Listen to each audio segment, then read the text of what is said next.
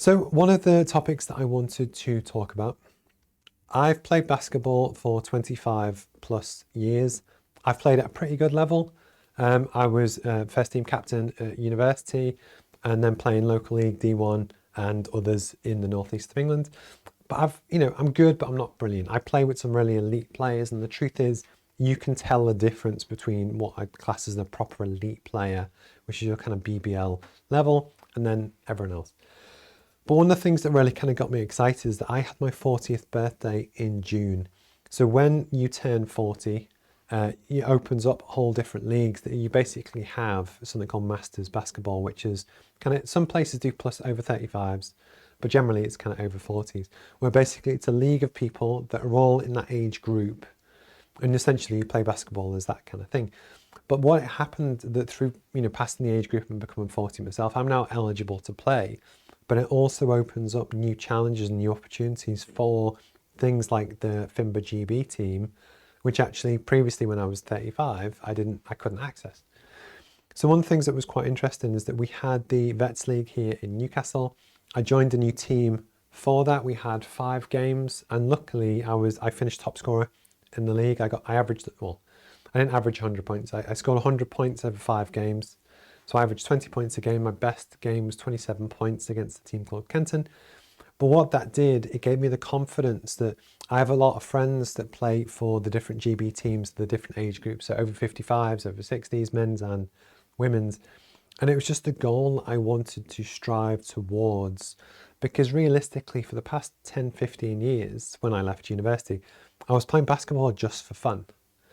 And whilst that's fine, and it's good to run around, and it's good for a hobby, having something which is a genuine North Star goal to aim for, which is kind of out of reach in some ways, is actually quite attractive to me. So I wanted to go in and try this Vets League to basically, if I would have just been average out of there's probably 60 odd players who played in the league, I wouldn't then embarrass myself to then try out for the GB team if I was just average within the age group.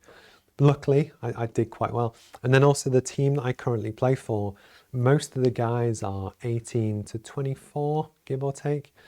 But because of that, I'm used to training with much younger, fitter, faster players. That actually what I found is that when I transitioned to the Vets League, I've been playing at a higher level, certainly a faster level, that actually really kind of set me apart. So I'm really quite excited about that. But anyway, so on the 3rd of September, I went down to London for a trial with the FIMBA GB team. So it was a combination of the over 35s and the over 40s. And from here in Newcastle, that's a good 6.5 hour drive. So we stayed in the hotel, went down, and basically I tried out. And what I was really fascinated about was the setup, how it worked, but also I think there's a lot of kind of business lessons to kind of share as well. So the first thing is it brought people together from all across the country. We have people from Brighton, Manchester, Liverpool, Newcastle, all over the place, coming together to basically train in the pursuit of a team, which then plays in international competition.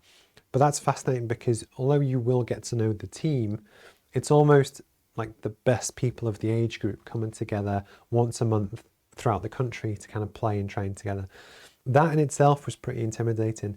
Turning up and seeing guys with the full GB kitting, Great Britain on their training jerseys, is actually quite intimidating. It's an imposter syndrome thing where a lot of people, when they start a business, they worry, am I good enough? Do I fit in? Do I deserve to be here? Why do they, value my opinion, etc. And I felt the same as almost going into that room. I was like, oh, I felt out of my depth. What was interesting though was it was a 3-hour session in a circa 28-degree sports hall. And after about an hour, I realised, no, I deserve to be here skill-wise. It was really interesting to see, but it was just that intimidation of trying something new. But actually, after a while, finding your feet and thinking, you know what, actually, this is quite interesting. I feel comfortable here. I deserve to be here. On a separate thing, which is quite funny, so I'm 6'3", but on my current team, I often play either the 4 or the 5, so one of the bigger positions.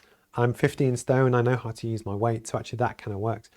But then you go to a much bigger, better team, and then suddenly the bigs are actually big, the bigs are actually 6'10", etc.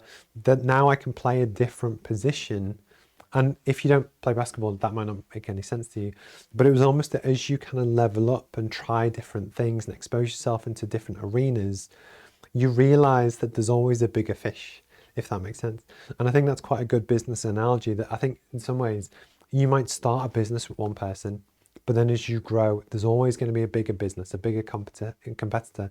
And I just thought it was a funny thing that when you then suddenly go into see like the best of the best for your age group or category, I thought that was quite interesting. One of the big things which really kind of stood out was actually to do with fitness. So skill-wise, you did have some very skilled players in terms of what you would normally class as good elite basketball players, shooting, dribbling, whichever.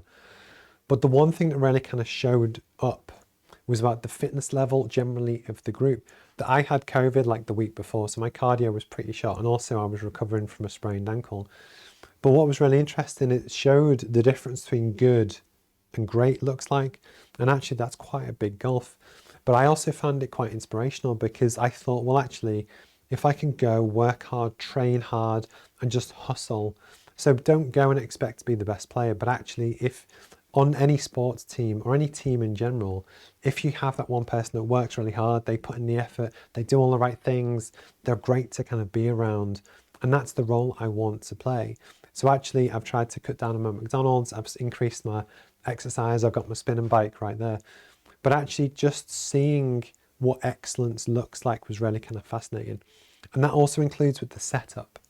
So at the GB setup, what they had is that they had 2 coaches, they had a business manager, there was a physio with a full physio table at the edge of the room. And then actually just the general organization of the whole thing was super impressive. That actually, again, when you go from what you class as the amateur ranks to the pros, the same will be true in business. You have people that kind of learn their craft and they kind of just do what they think is the right thing to do, maybe what they've done for a while. But if you can learn the best principles, best policies, best things from different people around the world, you can become more professional, you can become more efficient in what you do.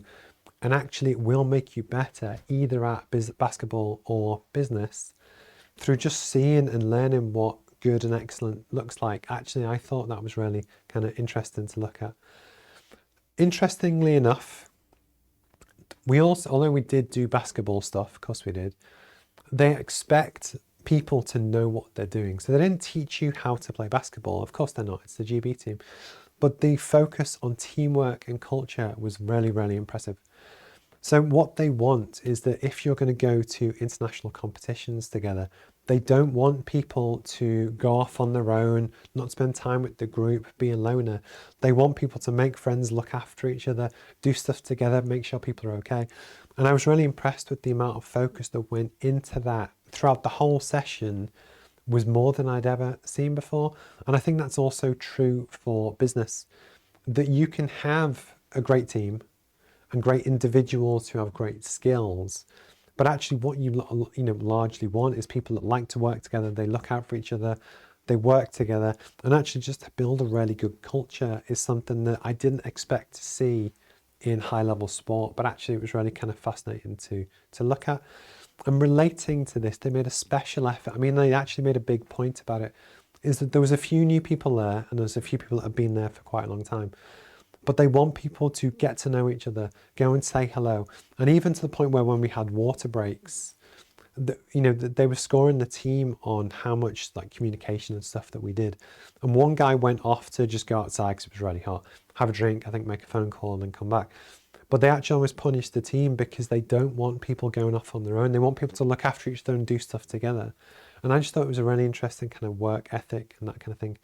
And just as like a sum up, what was just really fascinating was actually just to look and see what good and excellence and what great kind of looks like. And actually you can apply so much of this to business that actually it's the teamwork aspect, it's the culture, it's looking after each other, it's working hard, but then also identifying your weak points and where do you need to improve. So for me, my big one is fitness. That our next session is in Nottingham on the 7th of October. So I've been doing crazy kind of fitness just to get ready for that because I was arguably injured next time. But actually just as a personal goal, it's really nice to have something to aim for. That me personally, one day to maybe get the jersey and actually playing a proper game is a massive goal to work for. And it's given me a bit of a new fire and a light to kind of just work hard and work towards outside of work kind of stuff. But it was just something that, as someone that is passionate about sport, I know a lot of business people are, when you actually kind of expose yourself to new things and you see how different people do things at a higher level, it just opens up new doors that you didn't even know or knew existed to chase and follow. And it was just something I wanted to share.